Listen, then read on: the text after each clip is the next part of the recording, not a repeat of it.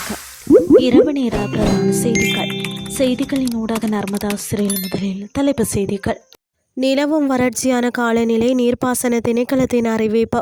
வரி செலுத்தப்படாத இறக்குமதி பொருட்கள் கடைகளில் அதிரடி சோதனை ஆரம்பம். பிரதி அமைச்சர் எச்சரிக்கை. இனி விரிவான செய்திகள். இலங்கையில் நிலவும் கடுமையான வறட்சி காலநிலை காரணமாக நீர்ப்பாசன திணைக்களத்தின் கட்டுப்பாட்டில் உள்ள பிரதான நீர்த்தேக்கங்களின் நீர்மட்டம் 35.9% குறைந்துள்ளதாக தகவல் வெளியாகியுள்ளது. குறிப்பாக அம்பாறை, மட்டக்களப்பு, திருகோணமலை மற்றும் மொனராகலை ஆகிய மாவட்டங்களில் உள்ள நீர்த்தேக்கங்களின் நீர்மட்டம் மிகவும் குறைந்த அளவை எட்டியுள்ளதாக நீர்ப்பாசன திணைக்களத்தின் நீர் முகாமைத்துவ பணிப்பாளர் HMPST கேரத் தெரிவித்துள்ளார். தற்போது சிறப்போக பயிர்ச்செய்கை நடவடிக்கைகள் இறுதிக்கட்டத்தை எட்டியுள்ளதால் நிலவும் நீரின் அளவு அந்த பயிர்ச்செய்கைக்கு போதுமானதாக இருக்கும் என எதிர்பார்க்கப்படுவதாகவும் அவர் மேலும் குறிப்பிட்டார்.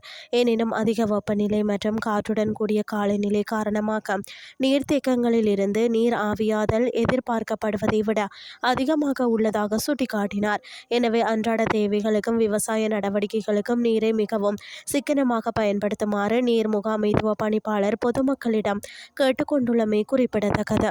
வரி செலுத்தப்படாத, சட்டவிரோதமாக கடத்தி வரப்பட்ட அல்லது குறைந்த விலை பட்டியல் மூலம் நாட்டிற்குள் கொண்டுவரப்பட்ட இறக்குமதி பொருட்களை கொள்வனவு செய்ய வேண்டாம் என கமத்தொழில் மற்றும் தொழில் முனைவோர் மேம்பாட்டு பிரதி அமைச்சர் சதுரங்க அபேசிங்க வர்த்தகர்களை கேட்டுக்கொண்டுள்ளார்.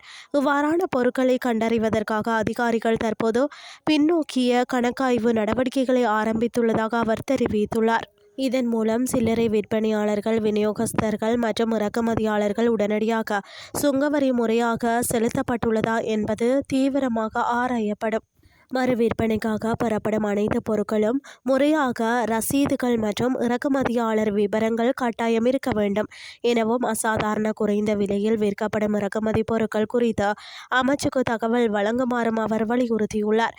அண்மையில் நுகர்வோர் விவகார அதிகார சபை மேற்கொண்ட திடீர் சோதனைகளில் முறையான ரசீதுகளின்றி விற்பனை செய்யப்பட்ட சுமார் 15 லட்சம் ரூபாய் பெறுமதியான இறக்குமதி அழகு சாதன பொருட்கள் மற்றும் காலணிகள் பறிமுதல் செய்யப்பட்டதை தொடர்ந்து இந்த எச்சரிக்கை விடுக்கப்பட்டுள்ளது.